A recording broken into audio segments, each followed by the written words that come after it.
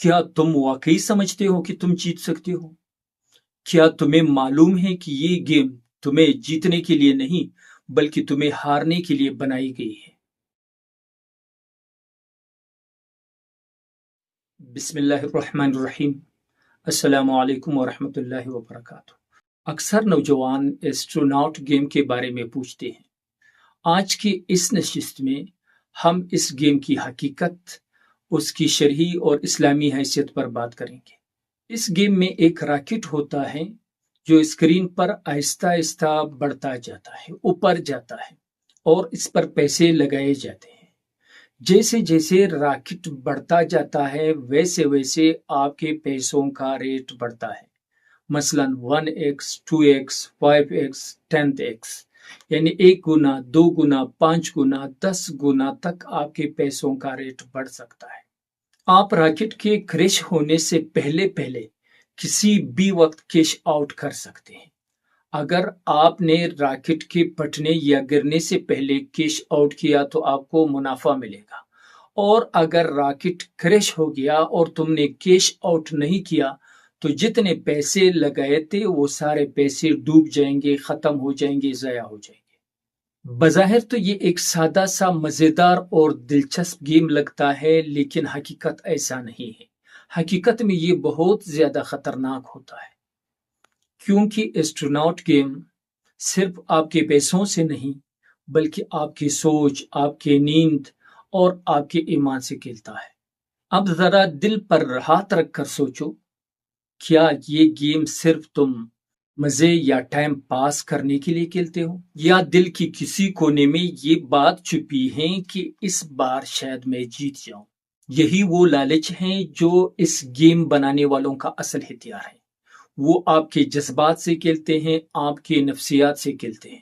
یہ کھیل صرف 10 سیکنڈ کا ہے، مگر تم اس پر روزانہ کئی گھنٹے ضائع کر دیتے ہو۔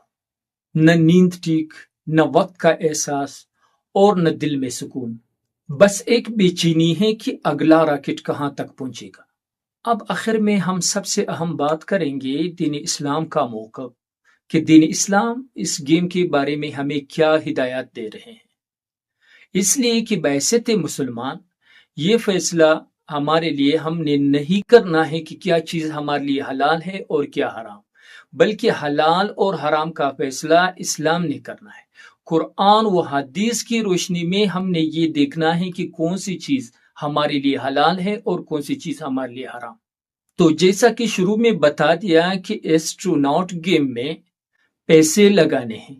اگر آپ نے پیسے لگا دیے اور جہاز کریش ہونے سے پہلے آپ نے کیش آؤٹ کیا تو آپ کو منافع ملے گا، کیش آؤٹ کرنے سے پہلے جہاز گر گیا تو آپ کو نقصان ملے گا۔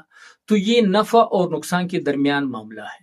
تو دین اسلام میں ہر وہ معاملہ جو نفع و نقصان کے خطرے کے درمیان ہو اس کو قمار کہا جاتا ہے، جسے اردو میں ہم جوا، سٹا اور انگریزی میں اسے گیمبلنگ کہا جاتا ہے۔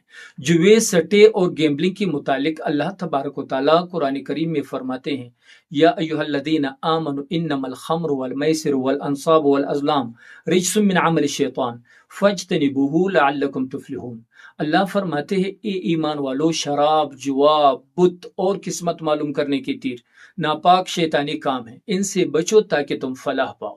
اسی طرح نبی کریم صلی اللہ علیہ وآلہ وسلم نے فرمایا ہے کہ جو شخص اپنے ساتھی سے کہے کہ آؤ جوا کھیلے تو اس کو چاہیے کہ صدقہ کرے۔ لہٰذا قرآن و حدیث کی یہ وضاحت ہمیں اس بات پر لے آتے ہیں کہ ایسٹروناٹ گیم حرام ہے، جوا ہے، سٹے پر مشتمل ہے، جو ایک قسم کی زہر ہے ہماری روحانیت کے لیے اور ہمارے دنیا کے لیے بھی خطرناک ہے۔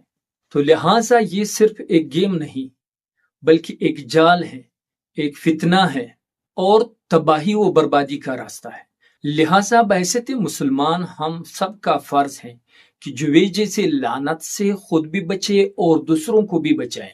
اگر کسی کا کوئی سوال ہو تو کمنٹ سیکشن میں ضرور لکھیں تاکہ آئندہ اس کا جواب دیا جا سکے۔